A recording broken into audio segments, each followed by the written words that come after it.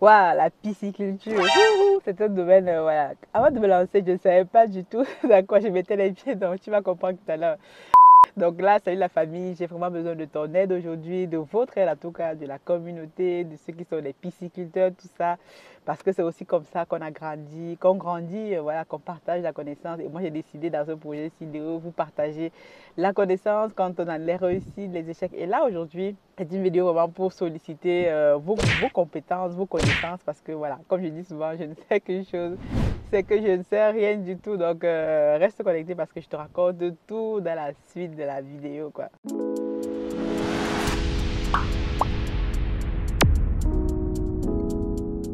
Donc, salut à toi, merci beaucoup de me suivre. Si tu me découvres, moi c'est Aniel Cruzet et j'investis au pays de la pisciculture. D'ailleurs, aujourd'hui, on va parler du projet pisciculture parce qu'actuellement, nous subissons quelques pertes au niveau de nos étangs. Pardon. Ne vous emballez pas.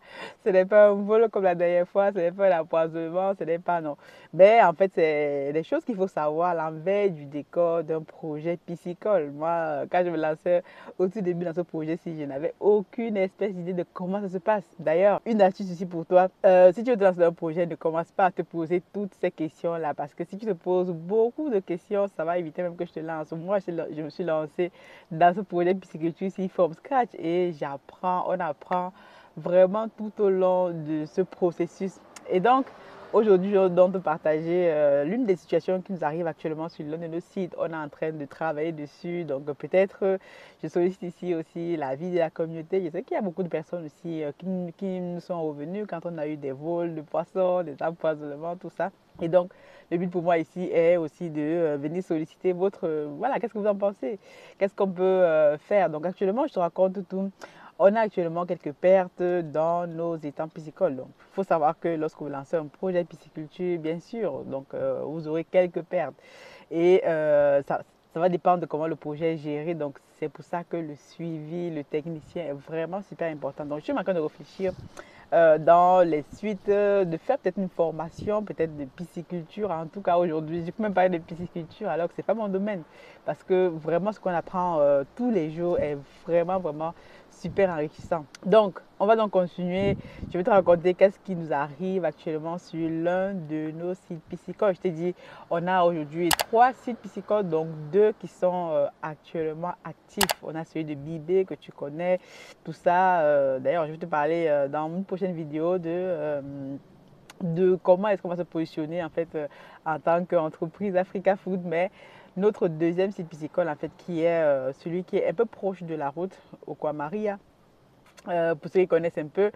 Et là, on a 3 étangs. Tu vas voir les vidéos apparaître ici. Et actuellement, les situations qu'on a actuellement, lorsque vous empoisonnez, vous pouvez vous arriver comme ça et vous avez une épidémie voilà, autour des étangs. Donc actuellement, apparemment, il y a une épidémie en fait autour des étangs qui nous entourent. Et on a des personnes comme ça qui ont perdu 80 000 alevins, 20 000 alevins. Imaginez, vous empoissonnez un certain nombre d'alevins et vous perdez ce nombre-là. Mais nous, actuellement, on va dire les pertes sont assez limitées, contrôlées, raison pour laquelle il faut avoir un technicien assez mobile, assez, voilà, qui est réactif. Et donc, nous, actuellement, l'une des choses qu'on subit actuellement, c'est la perte de quelques alevins comme ça dû au fait que nous travaillons en fait avec une rivière. Donc, vous savez, nous on fait des étangs à eau renouvelable, c'est-à-dire qu'on est dans des étangs et on se sert en fait d'une rivière, comme dans le cas d'espèce, on a une rivière qui coule en fait proche de nos étangs. Et donc, c'est dans cette rivière-là qu'on se sert pour faire entrer l'eau dans les bassins, faire sortir l'eau alimentée, quoi. Et donc, l'une des choses dont on s'est rendu compte ici, donc ça, c'est vraiment, vraiment l'expérience du terrain, le retour du terrain. Parce que nous, on élève les silures. Et donc, il faut savoir que le silure, c'est un poisson à eau douce. Et donc, généralement, quand il y a un point d'eau dans vos étangs et tout, l'une des choses qui peut arriver, c'est que l'eau peut être en fait, parce que la rivière qu'on a, c'est une rivière on est peut-être à 12 km en amont en fait de la source de la rivière. Donc, tout au long de la rivière, en fait, il y a des activités humaines et tout ça qui se déroule, quoi. Donc, c'est aussi l'une des choses à considérer lorsque vous faites un projet pisciculture. En fait, votre rivière qui coule, par exemple, sur vos étangs, où est-ce qu'elle prend sa source? Quelles sont toutes les activités humaines qui se passent autour? Parce que ça, c'est vraiment quelque chose qu'on est en train de subir actuellement. On est en train de faire des analyses sur cette rivière-là. On analyse l'eau parce que pour comprendre, en fait, qu'est-ce qui arrive à nos poissons. Donc, imaginez, vous pouvez être comme ça, vous empoisonnez 10 000 éleveurs. Nous, on a empoisonné 30 000 à peu près. D'ailleurs, actuellement, on est en train de tester la carpe. Donc, c'est un test qu'on est en train de faire. Donc, je vais vous montrer tout ça aussi pour vous dire que c'est possible, en fait. Et donc, on est en train de tester tout ça. Et on se rend compte qu'on a quelques éleveurs, nos éleveurs, dans certains étangs. En fait, pas tous les étangs, bien sûr. Certains étangs, en fait, nos poissons subissent, en fait, voilà, certains meurent assez bizarrement. Et donc là, il est question pour nous de faire des analyses et tout, de comprendre qu'est-ce qui se passe. Et donc, on a même fait venir des experts, tout ça, sur le site pour analyser tout ça. Donc ça, c'est aussi des choses qu'il faut savoir lorsqu'on lance un projet pisciculture. Donc c'est vraiment ici quelques astuces que je vous donne pour tous ceux qui veulent se lancer. Donc revenons dans mon histoire. Donc nous, on a actuellement, comme je disais, donc quelques alevins qui sont en train de mourir. Donc on doit comprendre pourquoi pour essayer donc de protéger le site à l'avenir.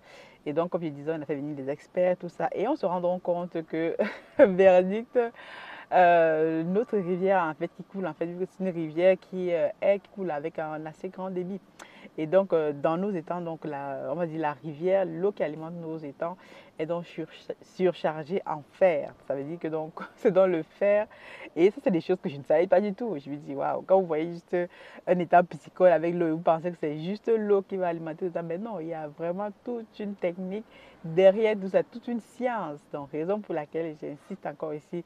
Lorsque vous lancez votre projet piscicole, rassurez-vous que votre technicien est disponible, c'est vraiment la disponibilité.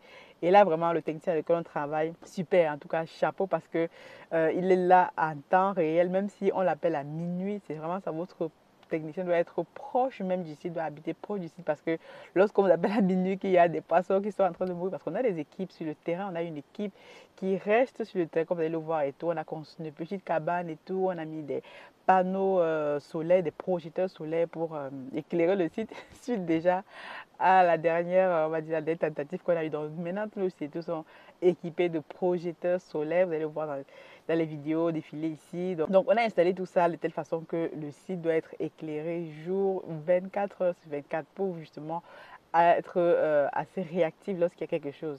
Pour ça, donc nos techniciens assez réactifs et tout, on analyse donc l'eau des étangs, on se rend compte que l'eau de nos étangs est vraiment surchargée en fer. Donc, surchargée en fer, qu'est-ce que vous faites? Donc, ici, voilà, les gars, c'est là où vous intervenez, la communauté. Qu'est-ce qu'on peut faire? Donc, on a des propositions, par exemple, un filtre à charbon.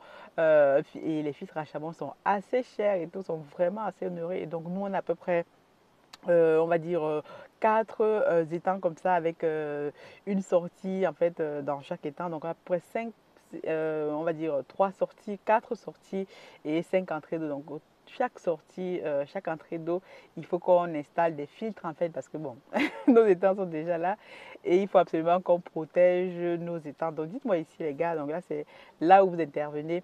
On a le choix en fait. Donc ici je vous dis on a le choix. Donc l'expert est passé sur le terrain nous a dit soit on met des filtres à charbon, on regarde le prix. Donc, on est en train de regarder les prix actuellement. Donc, si vous-même dans la communauté, vous vendez des filtres à charbon, ou vous savez où on peut s'en procurer pour pas trop cher dans les environs de Yaoundé ou Madoua, là, on peut en commander. Donc, vous me le dites ici, c'est aussi le partage de la connaissance, l'information. Donc, soit on peut faire un traitement chimique, donc ce qu'on n'a pas vraiment envie de faire, puisque nous, on est vraiment dans la partie bio, on se positionne comme une entreprise produisant du poisson bio de bonne qualité, sans produits chimiques. Donc, on a cette solution-là, avec soit opter pour un traitement chimique et tout ça. Donc, les experts nous diront ici. Et on a aussi peut-être l'option d'utiliser un traitement à base voilà, de tout ce que des plantes naturelles, par exemple, je sais pas moi, les marguerites, le ndolène, on fait une composition comme ça. Donc voilà, donc on a ces 3 options là et tout, donc c'est aussi, je suis à vous pour vous demander qu'est-ce que vous en pensez. qu'est-ce qu'on peut faire pour protéger nos étangs au mieux pour ceux qui sont des pisciculteurs dans la communauté? Donc, dites-nous en fait, comment est-ce qu'on peut faire pour... parce que c'est peut-être un problème que vous aussi, vous avez peut-être rencontré dans vos étangs ou vous connaissez des personnes, parce que je sais qu'il y a voilà, beaucoup de pisciculteurs dans la communauté et le but pour moi, c'est de partager l'information, d'échanger, de nourrir. Voilà quoi, donc si vous avez l'information, comment est-ce qu'on peut protéger nos étangs contre, voilà, diminuer par exemple on va dire la teneur en fer dans dans la rivière, il y a peut-être des astuces naturelles qu'on peut utiliser, je ne sais pas tout, donc raison pour laquelle je viens aussi vous demander votre contribution parce que c'est aussi votre projet.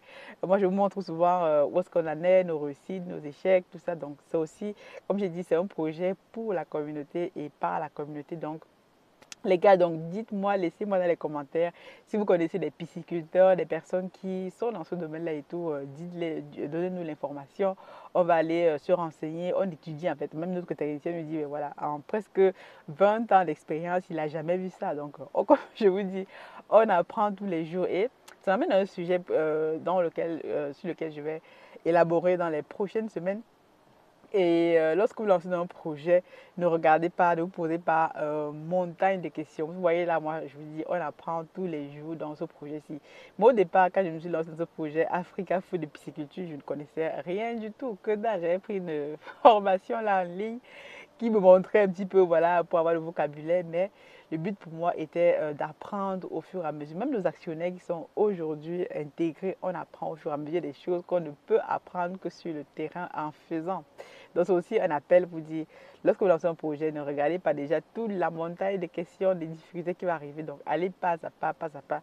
Et au fur et à mesure, vous vous adaptez, voilà, on va dire le propre d'entrepreneur, c'est même de s'adapter au fur et à mesure des situations.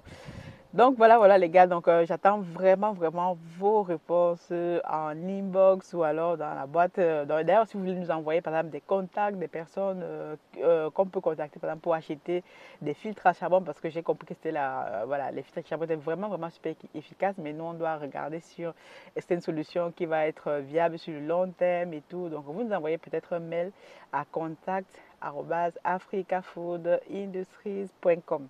Vous envoyez un message, un mail par là, si vous avez voilà, un contact. Si vous avez déjà peut-être eu ces situations-là, vous nous laissez en commentaire. Si vous avez par exemple une boutique, on va dire qui vend des filtres à charbon, est-ce que vous pouvez nous le faire à un prix concurrentiel? Parce qu'on en a vraiment besoin des filtres là d'une grosse majorité pour protéger nos étangs, protéger notre production. Parce que voilà, ce site-là, on attend une très grosse production dans les mois à venir. Et donc celle-là, on n'a vraiment pas droit à l'erreur. Donc voilà les gars, donc j'espère que cette vidéo-ci va arriver dans de bonnes mains ou dans de bonnes oreilles. Donc n'hésitez pas ici, le but pour moi est de pouvoir partager l'information, d'attendre aussi votre feedback, votre retour, afin que l'on puisse grandir tous ensemble. Si c'est une vidéo qui t'a plu, n'hésite pas à t'abonner sur la chaîne, like, partage et tout. Et je te dis donc à très bientôt. God bless.